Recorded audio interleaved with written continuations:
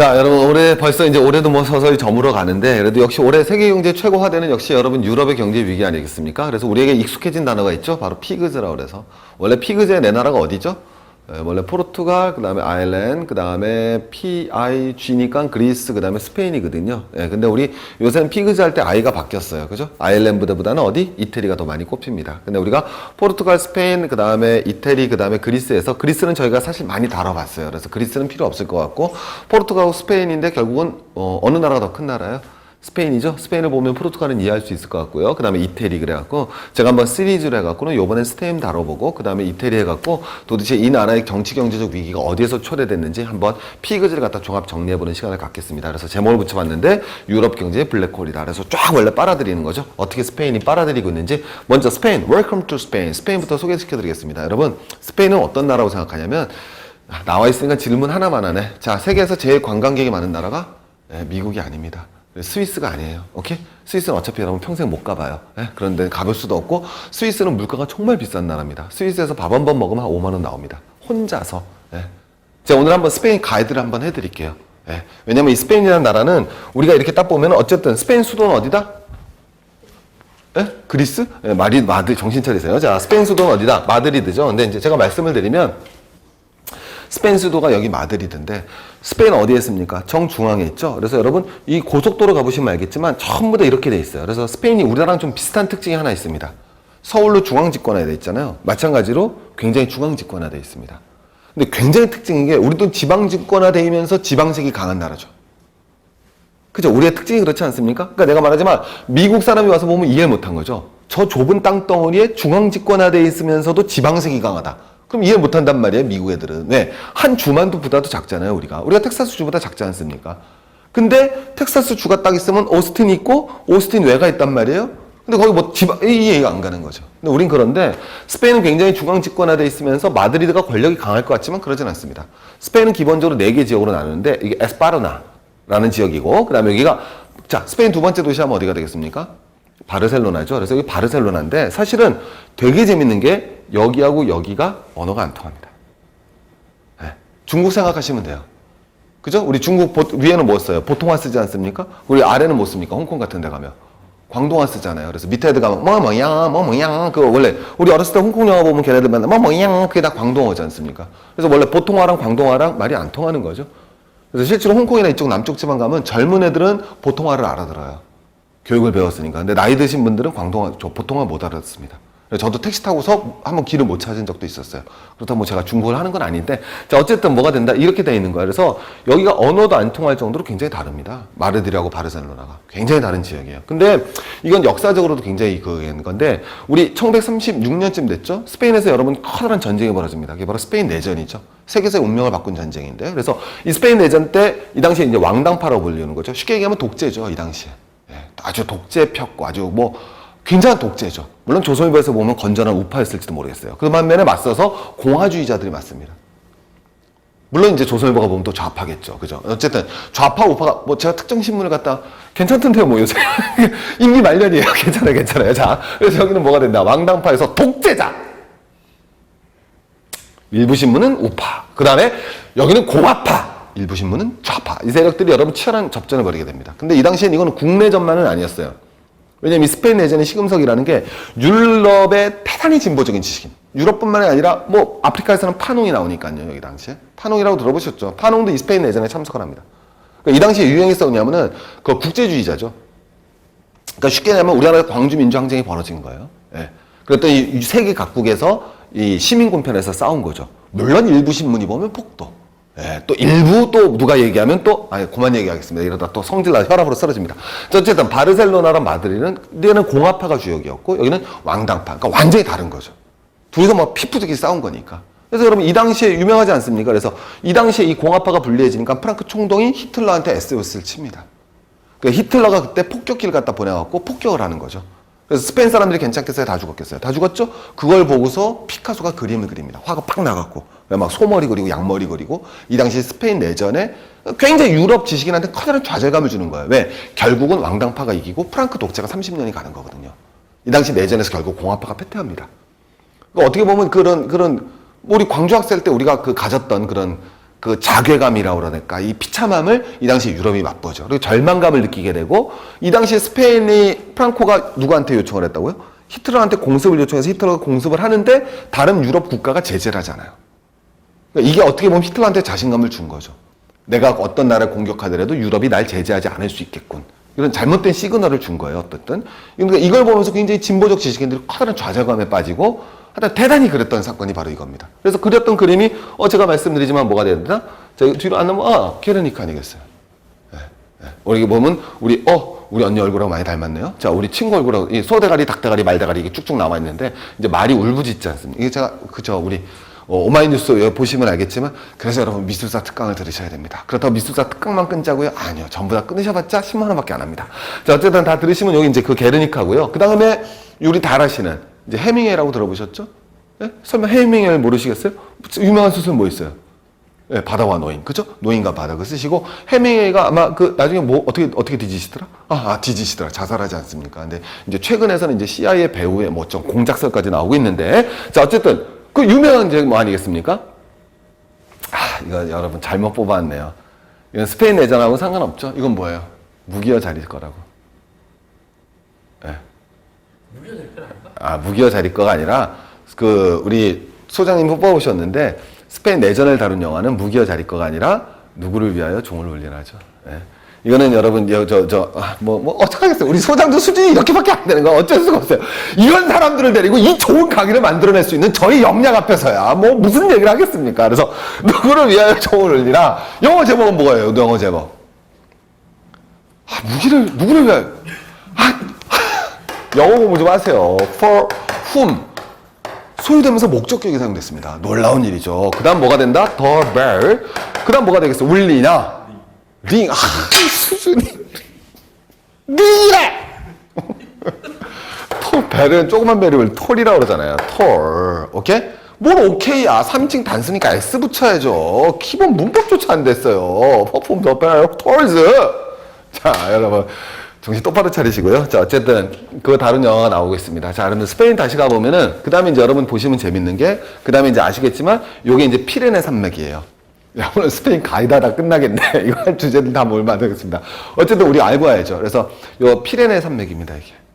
아시겠죠? 그래서 대단히 재밌는 게, 요 피레네 산맥 넘어서 프랑스가 마드리드를 점령을 한번 하는데, 누가 있을까요? 뭐 물어만 보면 눈길을 다 피합니다. 죽어버리고 싶습니다. 누가 점령합니까? 나폴레옹이 스페인을 점령해 들어갑니다. 그래서 나폴레옹이 군대를 이끌고 여길 점령해 들어가서 마드리드를 점령을 합니다. 그럼 가만히 있었겠어요? 또 학살했겠어요? 스페인 사람이 처음에 뭐라고 생각했습니까? 나폴레옹이 넘어오니까. 이 당시 나폴레옹은 뭐의 상징이에요? 프랑스 혁명의 상징 아닙니까? 스페인 뭐라고 환호했겠어요? 해방으로 환호한 거죠. 이야! 나폴레옹이 온다? 우리 스페인을 갖다가 뭐 하겠다? 구원하겠구나?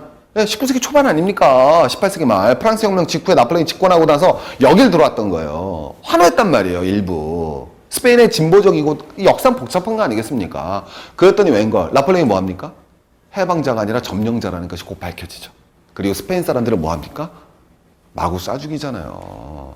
그래서 그 마구 쏴 죽이는데 절망적으로 이렇게 딱 가운데 하얀 스포츠를 입고 소리를 지르는 사람, 총 맞아 죽어가는 사람이 그림을 그린 사람이 또 뭐 무슨 고아 말고 고아는 어렸을 때 친구 상황이고요. 고야 아닙니까? 고야. 뭐 고요한데 왜 미술사 꼭 들어주시기 바랍니다. 요게 이제 피레네 산맥 넘어 들어온 거예요. 그래서 여러분 유명한 말 있지 않습니까? 피레네 산맥의 저쪽은 무엇이오? 불의가 이쪽에선 정의다. 그래서 진리의 상대성을 얘기할 때 그게 파스칼이 한 말이거든요. 그래서 유명한 말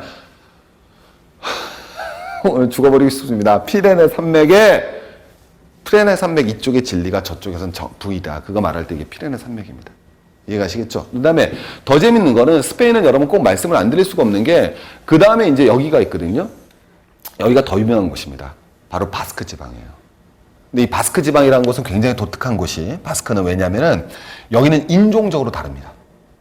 유럽 애들하고는 인종이 아예 다른 거예요. 이거 라틴족이잖아요. 라틴 아메리카 아니겠습니까? 넘어가면. 위에는 앵글로족이고 근데 인종적으로 달라요, 이 바스크는. 그래서 어느 종족 출신인지 모릅니다. 그러니까 완전히 다른 거죠. 그래서 일부는 아프리카에서 넘어왔다고 추정은 하고 있는데 아직 밝혀지지 않았습니다. 그럼 이 사람들은 완전히 다르니까 괜찮겠어요? 뭐 하고자 하겠어요? 분리독립운동하겠죠. 그게 바로 그 유명한 바스크 분리독립주의자입니다. 그래서 여러분 몇 년 전에 우리 9.11 테러 직전에 스페인 열차 테러가 한 번 일어나면서 수백 명이 죽었었습니다. 그 열차 테러를 비롯한 모든 테러 사건을 갖다 주의했던 것이 바로 바스크 분리독립주의자입니다. 근데 재밌는 건 이 바스크 분리주의자들이 또 잘 살아요. 예, 그래서 스페인에서는 독립을 허락해 줄 수가 없죠. 이거 바스크 분린이고, 그 다음에 이 맨 마지막에 이제 이게 안달루시아 지방입니다. 예, 그래갖고 여러분 완전히 또 이 안달루시아 지방에는 여러분이 다 아는 곳, 세빌리아 이발사가 있습니다. 예, 세빌리아 이발사는 요 세빌리아 지방이고요. 그 다음에 이제 또 설명드릴게, 여기 재밌는 게 잘 보셔야 됩니다. 이름이 이거 뭐라고? 쥐브랄? 정신 좀, 쥐브랄이 뭐예요? 발음이. 이상하게 들리잖아요. 쥐브랄하니까 꼭, 뭐 대통령 몸 안에 있는 뭐 특정. 자, 여러분 가보게. 어머, 이건 잘라야겠다. 이건 자르세요. 이건 자르세요. 자, 여기가 바로 지브랄타 해협입니다. 근데 지브랄타 해협은 처음 하실 텐데, 여기 UK라고 써있죠? 영국 땅입니다. 네. 스페인 땅이 아니에요. 지브랄타 해협. 영국이 갖고 있는 곳입니다. 그래서 이 지브랄타 해협을 가보시면 여기 지형이 재밌는 게, 저 지브랄타가 왜 유명합니까? 두 바다를 동시에 볼 수 있는 곳. 예, 그래서 딱 가시면은 이쪽은 지중해면 이쪽은 대서양. 예, 그게 지브랄타입니다. 지브랄타 해협이라고 그러죠. 근데 저희가 어떻게 돼 있는 거냐면 이렇게 평지가 예를 들면 있다가 갑자기 이렇게 산 같은 절벽이 나옵니다. 이해가시겠죠? 그래서 여기 올라가서 보시면 지중해와 대서양을 양쪽에 볼 수 있어요. 근데 양쪽 보는 것만 생각해 보지 말고 뭐라는 게 금방 떠오르겠습니까? 우리 군대 가시는 분은 금방 이해하실 텐데 전략적 요충지죠. 그래서 여기가 대포 하나만 갖다 놓으면 다 막을 수 있었던 거예요. 쉽게 표현하면. 왜 영국이 저기만 갖고 있는 건지 알겠죠. 그래서 여기를 들어가실 때 그냥 못 들어갑니다. 여권 갖고 들어가셔야 됩니다. 왜? 영국 땅이니까. 스페인에서 영국 넘어가는 거니까. 여권만 보여주시면 되는데 넘어가실 때는 영국 보여주셔야 돼요.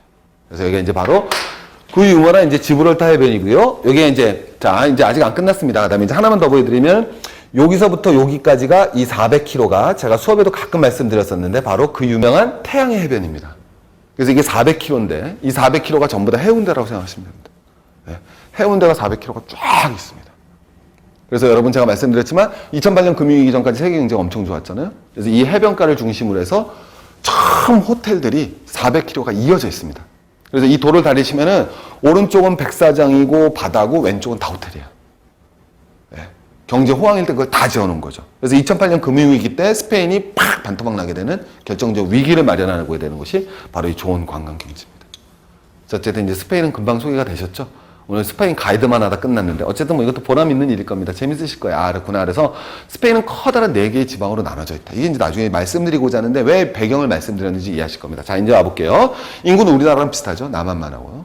그죠? 남한만 봤을 때 우리는 거의 비슷한데 오해하시면 안 되는 게 1인당 GDP 우리보다 높습니다. 스페인 잘 사는 나라예요. 당연하겠죠. 유럽에 있으니까 잘 사는 나라입니다. 못 사는 나라 아닙니다. 아주 잘 살지 못하더라도. 근데 여기 굉장히 재밌는 거는 주요 산업 1등이 뭐다? 여기 나오셨지만 아까 무슨 관광 최대 대국이라고 그랬죠? 그 다음에 하는 게 뭐 있습니까? 건설. 금방 이해가시죠? 네, 이 건설도 관광과 밀접한 연결을 가지는 건설입니다. 이게 스페인의 기본적인 공업 구조예요. 그러면 이거만 딱 보시면 뭐가 알겠어요? 왜? 이게 다 아시겠지만 무슨 산업입니까? 예, 서비스 산업이고 내수 산업이죠. 수출이 없습니다. 대신 수입이 엄청 하죠. 제가 이제 늘 말씀드리는데 제조업이 없는 국가는 어렵게 생각할 필요 없고 그냥 우리 주변 항상 생각하시면 됩니다. 우리가 갖고 다니는 물건들이 다 어디 거예요, 기본적으로? 금방 자연스럽게 나오잖아요. 메이드 인 차이나, 예, 중국 거고, 예. 아니면 메이드 인 재팬? 맞죠? 실제 그게 제조업 강국이에요. 그 다음 뭐 있습니까? 제 차. 메이드 인 저머니? 오케이? 화나세요? 자, 어쨌든 뭐가 되느냐? 그런, 우리가 흔히 말하는 그런 수출 국가, 이게 제조업 강국입니다. 한국도 마찬가지고. 근데 이건 제조업 기반이 거의 없습니다. 스페인 여러분이 아는 제조업체 딱 하나 있는데, 그게 스페인 제조업 중에 유일한 거예요. 뭘까요? 스페인 상표, 우리 여학생이 맞춰야 됩니다. 그렇지, 뭐? 자라. 예, 닮았잖아요. 거북이 자라랑 비슷하잖아요. 그죠? 오래 사시겠어요? 자, 여러분 뭐가 되는, 실제로 동물들이 오래 사는 동물들의 특징이 뭔지 아십니까? 이거 지금 오래 사는 동물들이 뭐냐면, 이거 얘기하면 안 되는데, 이야기 완전 딴새는데, 거북이 자라 나왔는데 뭐냐면요, 포식자로부터 안전성이 높아질수록 평균 수명이 길어집니다. 이해 가시겠습니까? 예. 그러니까 포식자로부터 굉장히 안전한 동물이 덜 잡혀 먹혀서 오래 산기도 있지만 그것이 구조가 갖춰지면 수명이 길어져요. 그래서 유인원들도 딱 배치를 하면은 그 피식될 확률이 낮은 개체일수록 평균 수명이 길어집니다. 가장 대표적인 게 우리고. 거북이 수명이 짧아요, 길어요? 길죠. 예, 똑같습니다. 거의 잡혀 먹질 않죠. 거북이 잡아먹고 사는 동물 들어보셨어요? 없습니다. 거북이를 잡아먹고 사는 동물은 없어요. 그 등껍데기 맛있겠어요? 자, 어쨌든 다 떠난 거고요. 제가 말씀드리지만 스페인은 제조업체가 딱 하나밖에 없다. 자라다. 아, 이게 아니라 뭐다? 자라밖에 없습니다. 이게 여러분 세계 100대 브랜드 중 50인데 예, 이게 딱 하나 있습니다. 스페인. 우리는 이거보다 훨씬 많죠. 자, 그럼 이제 제가 말씀드렸습니다. 스페인 제조업 중에서 딱 하나 있는 건 뭐다? 아, 자라라 그러면 안 되죠. 무슨 업? 섬유업.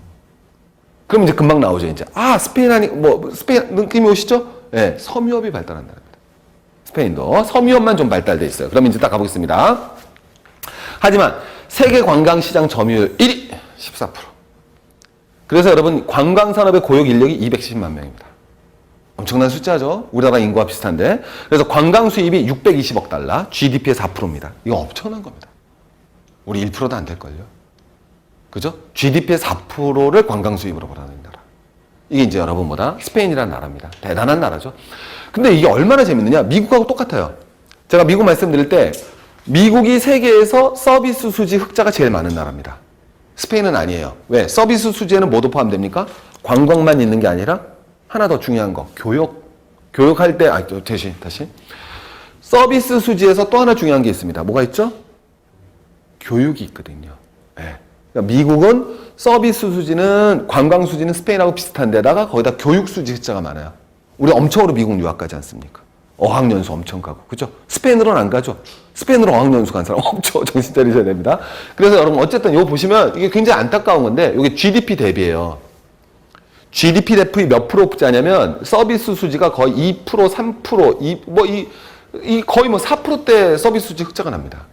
아까 4%라는 건 들어오는 것만 얘기한 거니까. 나가는 것도 있잖아요. 어쨌든, 이건 수지니까 플러스 마이너스를 하더라도 이렇게 나는 거예요. 그럼 여러분 제가 말씀드리지만 우리나라 GDP가 보통 얼마다? 우리나라 GDP가 또 얼마쯤 제가 말씀드리죠? 1000조라고 항상 말씀드리죠. 요새 이제 한 1200조쯤 합니다. 근데 이거에 3%라면 30조를 관광으로 벌어들이는 거예요. 오케이? 흑자 막자 빼고. 이거 얼마나 큰 겁니까? 아, 우리 삼성전자 10몇 조 아니에요? 현대자동차, 삼전, 현차. 오케이? 지금 거의 우리나라 대기업 끝난 거 아니겠습니까? 삼성, 현차가 벌어들인 돈보다 더 많은 돈을 스페인은 관광으로 번다는 거야. 정리되셨죠? 제 말이. 그러니까 스페인이 관광이라는 게 그냥 귀염둥이가 아니라 사실 외국인이 한국 딱 봤을 때 뭐예요? 삼전, 현차잖아요. 걔네들이 벌어들이면 엄청날 거라고 생각하지 않습니까?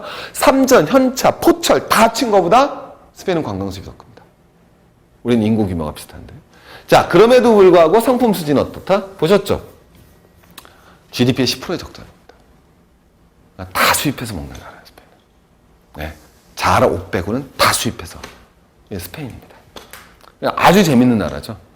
그래서 이 결과가 어떻게 되느냐. 자, 이제 한번 가보겠습니다. 그래서 가계부채는 GDP의 몇 프로다? 88%. 우리나라가 얼마다? 86%. 우리나라 지금 대단히 위험하다고 그러죠. 스페인도 마찬가지로 우리처럼 가계부채가 유입한 나라다. 이렇게 보시면 되겠습니다. 자, 이제 뒤로 넘어가면서 한번 가보겠습니다. 자, 두 번째, 이제 스페인으로 본격적으로 하면 이제 최근 다 문제가 되는 게 이제 재정적자가 문제가 되고 있는 건데요. 스페인의 재정적자는 사실은 2008년까지는 커다란 문제가 없었습니다. 2008년 때 한 방에 마이시 가기 시작한 거예요. 자, 근데 이 스페인 재정적자가 부러지는 가장 대표적인 이유가 뭐가 줄어들었다? 관광 수입이 줄어들었죠? 그런데도 지출은 계속 지출이 되는 겁니다. 그럼 왜 지출을 못 줄일까요? 그러니까 쉽게 표현하면은, 자, 지방정부들이, 아까 제가 말씀드렸습니다만, 이런 식으로 이해하시면 되는 거예요. 여기 문제는 뭐였었느냐? 경제가 엄청 호황이잖아요.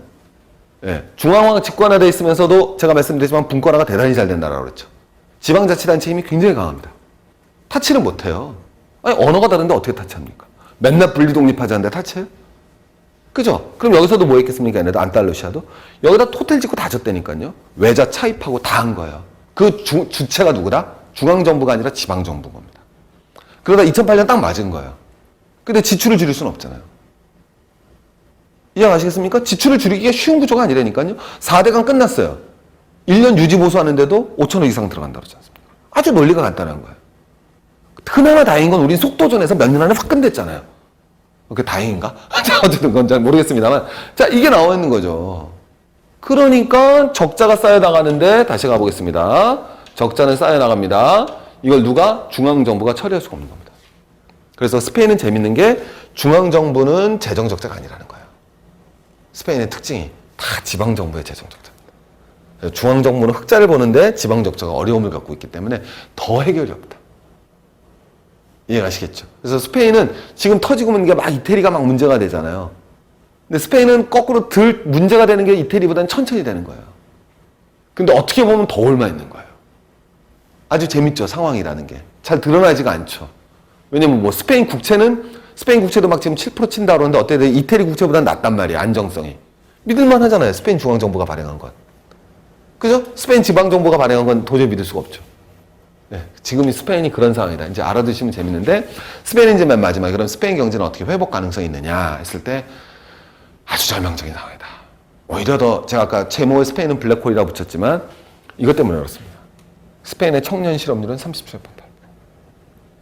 그럼 이게 공식적인 거니까 실제로 50%라고 보셔야겠죠. 그러는 2명 중에 1명이 노는 겁니다. 워킹 더 스트리트, 미트 더 젊은이, 둘 중 하나 놀아. 정말 데이트하긴 좋아요. 스페인 남자 멋있거든요. 이태리 남자 다음으로 멋있는 게 스페인 남자입니다. 그러니까 우리 여학생들 가세요. 배낭여행 치고. 오케이? 걔네들 시간 많아요. 오케이? 시간 많기 때문에 돈이 없어서 그렇지 시간은 많은 애들이에요. 둘 중 하나는 다 한가해요. 놀아요. 데이트하기 좋은 나라입니다. 아이고 우리 대한민국 여성들의 그 해외 배낭여행을 위하여 우리 스페인 남성들과 여성들 항상 준비되어 있습니다. 이렇게. 제가 표현이 좀 이상합니다만 대단히 안타까운 거죠. 여러분 희망이 있겠습니까? 여기서? 청년 둘 중에 한 명이 노는 나라가? 그거예요. 현재 스페인이라는 것이. 자, 그래서 여러분 이제 그 구조를 봤을 때 이제 기본적인 원인은 그거에 있는 거예요. 스페인이라는 게 제가 늘 말씀드리지만 일국가라는 경제 구조라는 건 기본적으로 제조업 사실은 2차 산업이 산업혁명 이후에 변하지 않는 진실이 있어요. 그거는 뭐냐면 2차 산업에 기반하지 않는 경제라는 건 사실은 그 위기에 대단히 취약합니다. 그래서 스페인이 그거를 보여주는 전형적인 특징이에요. 제가 말씀드리지만 스페인, 이태리, 피그즈 국가들 있잖아요. 기본적으로 제조업 취약 국가입니다. 한번 보세요. 미국의 번영의 쇠퇴, 제조업 위기에서 나옵니다. 제가 중국이 위기다 하지만 제가 그 늘 말씀드린 게 중국이 아직 미국을 꺾기는 어렵지만 앞으로 결국 50년 뒤에 뉴욕이 아니라 상해가 유럽의 세계 제1 중심 도시가 될 거라고 제가 자신 있게 말할 수 있는 건 50년도 안 더 걸릴 것 같은데 그거는 바로 제조업의 기반 때문인데 어쨌든 일본은 사실 원래는 더 이전에 끝났어야 되는 나라거든요. 외람되지만은. 근데 버티고 있는 건 역시 제조업이거든요. 근데 어쨌든 제조업이 중요하다는 얘기를 알았는데 제조업이 붕괴됐기 때문에 결국 경제 위기에 있어서 관광산업과 그런 관광산업과 섬유업과 아주 간단한 섬유업도 사실 이태리가 더 비중이 커요. 그건 이태리 가서 한번 살펴보기로 했는데 그런 식의 제도 갖고는 이제 받침을 못 해줬다는 거죠. 근데 여기에다가 이제 문제가 됐던 거는 기본적으로 실업률을 더 높이는 게 비정규직입니다. 얘네도 노동시장이 우리처럼 쉽게 얘기하면 신자유주의 영향을 받아서 정규직하고 비정규직이 굉장히 차이가 커집니다. 근데 이제 결국은 이게 뭐가 문제가 되냐. 정규직 같은 경우는 굉장히 이제 안정을 못해요. 사실 원래 이렇게 가는 겁니다. 이게 표현은 뭐 다 아시겠지만 이게 집권 세력이 어쨌든 그냥 뭐 그렇게 말할 수 있는 거 아니겠습니까? 항상 집권층 있고 이게 지배층하고 피지배층 있으면 누가 다수입니까? 일반적으로. 피지배층이 다수죠. 지배층이 소수고 뭐 한국 사회 지배 피지배가 있냐고 뭐 싸우면 저거는 뭐 할 말 없습니다만 역사적으로 그러지 않습니까? 그런데 지배층이 피지배층을 갖다 가장 효율적으로 지배하는 전략은 뭐가 되겠습니까? 피지배층을 분리시킨 다음에 일부를 포섭하는 거죠. 그래서 우리 자본가와 노동자의 갈등을 노노 갈등으로 바꾸는 게 가장 기본적인 거 아니겠습니까? 그게 어떻게 보면 가장 그 방법인데 스페인도 전력적으로 그게 포용이 되는 거예요. 그래서 정규직과 비정규직 차이가 확 벌어집니다. 자, 아주 제가 재밌는 거 하나 보여드릴게요. 비정규직도 여러분 보시면 이게 스페인, 포르투갈이고요. 근데 이거 좀 놀랍죠? 이거 EU 평균인데. 포르투갈 뺍시다. 우리가 일반적으로 네덜란드, 스웨덴, 핀란드 하면은 어이없는 나라, 귀염둥이 나라예요? 아니면 그 모범국이라고 뺍니까? 모범국인데 네덜란드나 스웨덴이나 핀란드는 어때요? 유럽 평균보다도 비정규직 비율이 높죠. 이해되셨습니까? 영국, 프랑스보다 오히려 네덜란드, 스웨덴, 핀란드가 비정규직 비율이 높아요. 그럼 우리는 일반적으로 비정규직 비율이 높은 게 좋다고 생각합니까? 나쁘다고 생각합니까? 좀 모순되죠? 느끼셨어요? 오케이? SK? 텔레콤? 머릿속에 숑숑숑? 왜 그랬을까요, 이게? 얘네가 아니 맨날 이 스웨덴, 핀란드, 네덜란드 모범 국가라면서 얘는 비정규직 비율이 높단 말이에요. 왜 그러냐는 거예요.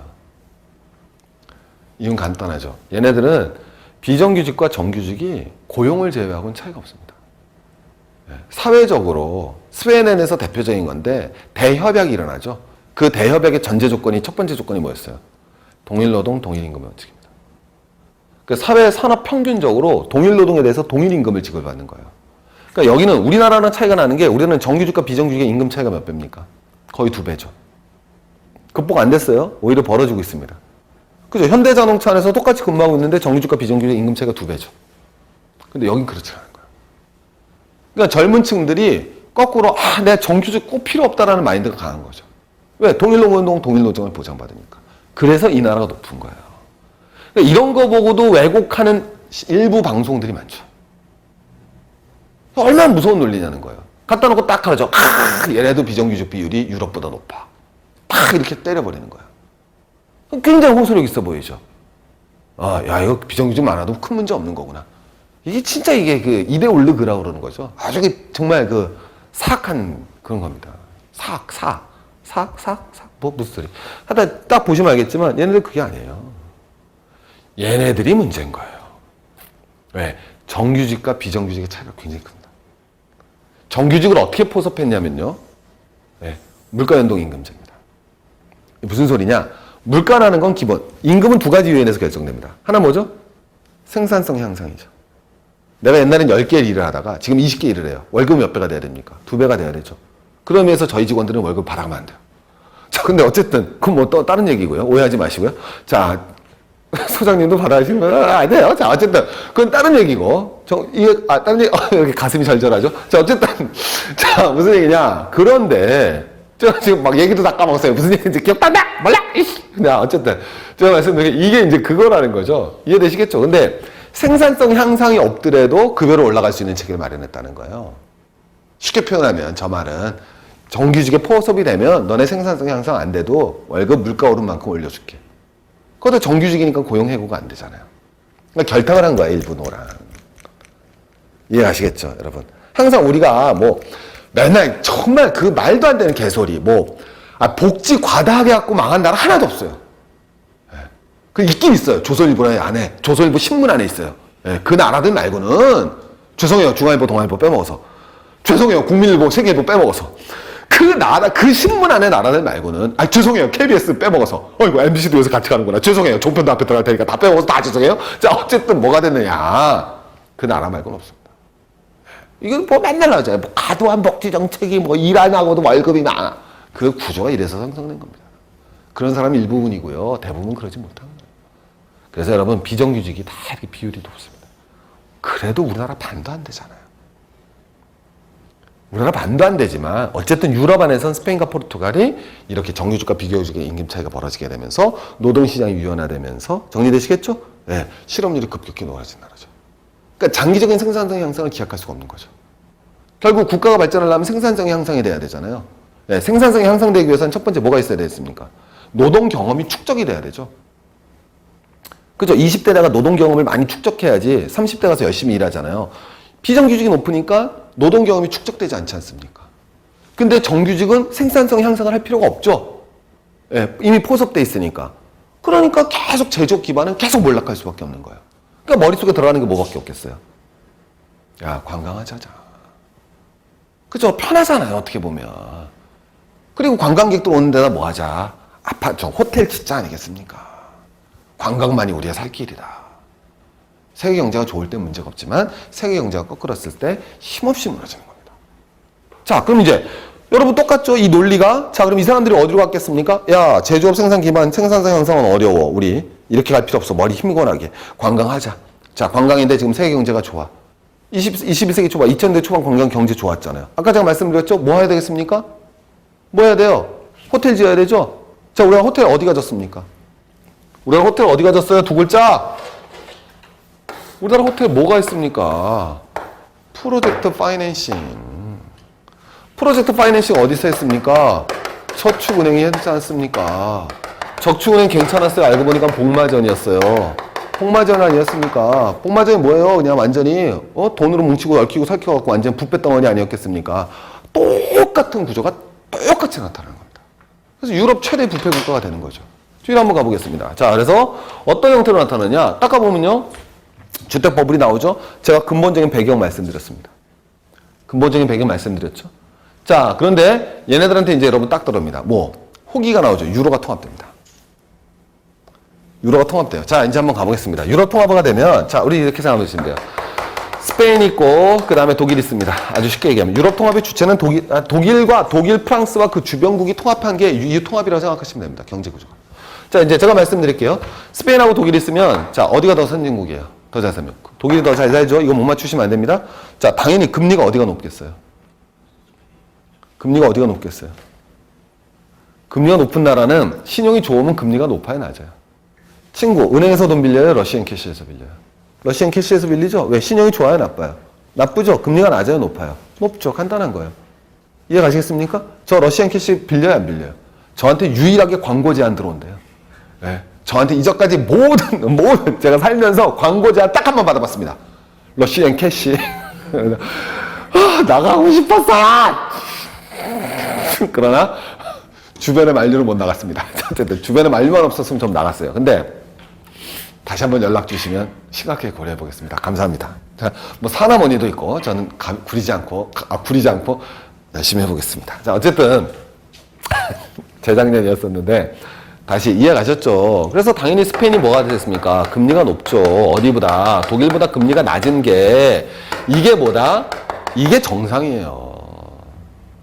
맞죠? 이게 더 금리가 높아야겠죠? 이게 금리가 뭐 해야 되겠습니까? 더 낮아야겠죠? 이게 정상이란 말입니다. SK텔레콤 머릿속에 총총총? 그런데 생각해보자. 간단하게. 이게 금리가 더 높고 이게 금리가 더 낮아야 되죠? 뭐 생각해보자 그러는 거야. 그런데 유럽이 뭐가 되겠습니까? 통합됐잖아요. 그래갖고 뭐가 생겼습니까? EU 은행이 생겼죠? 유로 중앙은행이 생기지 않았습니까? 그럼 얘네들의 금리가 달라져요? 같아져요? 같아지죠. 같게 하려면 스페인 금리는 이제 올라가요? 내려갔겠어요? 내려갔죠, 상대적으로? 독일 금리는 상대적으로 뭐 했겠습니까? 올라갔겠죠? 그러니까 EU가 통합되니까 스페인은 금리가 높아져요? 떨어져요? 원래보다? 낮아졌죠? 이해 가셨어요? 이해 갔지? 금리 낮아지면 우리나라도 무슨 열풍 불었어? 왜? 부동산 열풍 불었잖아요. 똑같은 거예요. 금리가 낮으니까 잘 됐다. 예. 우리 경제 어려울 때 금리 낮춰주니까 제조업이 활성화됐어요? 아니면 다 부동산만 떠왔습니까? 예. 그 경제 구조가 그래서 그렇게 된 거거든요. 똑같은 겁니다. 그래서 EU가 통합된단 말이에요. 90년대 저금리가 돼요. 유로화 도입됩니다. 예. 돈 왕창 대출해줘. 그래갖고 아까 말씀드렸지만 어디? 저축은행 있죠? 예. 이 스페인도 똑같은 겁니다. 저축은행의 모기지 대출이 급증합니다. 돈 왕창 빌린 거예요. 어느 정도 늘었냐고요? 00년에서 07년까지 111조였어요. 모기지 대출이. 그러다가 총 6배가 증가합니다. 우리나라랑 경제 규모가 비슷하잖아요. 그러니까 모기지 대출이 우리나라 경제 규모보다 1.5배쯤 되는 나라니까 스페인 인구가 비슷하고 GDP가 한 1.5배 되니까 한 1600, 1700조 될 거예요. 3분의 1, GDP의 3분의 1이 모기지 대출이 나옵니다. 오케이? 금방 이해 가시겠죠? 예. 거기다 지방정부가 이걸 뭐 저축은행 끼고서 금방 느낌이 오시지 않으세요? 부산시가 그죠? 예. 부산에 있는 저축은행을 끼고 저금리 기조 정책을 바탕으로 프로젝트 파이낸싱을 받아서 해운대에다가 호텔을 대거 건설을 합니다. 그러다 2008년 경제 위기가 터지고 나니까 실업자는 폭증하고 그죠? 재정은 박살나고 오케이? 예. 제조 기반이 이미 박살나 있고 그럼으로써 돌이킬 수 없는 길로 가버렸다. 이게 스페인입니다. 오케이? 남의 일만 같진 않죠? 느낌이. 예. 그래서 우리가 스페인이 왜 이렇게 됐는지 한번 멋지게 한번 살펴봤습니다. 자, 파이팅!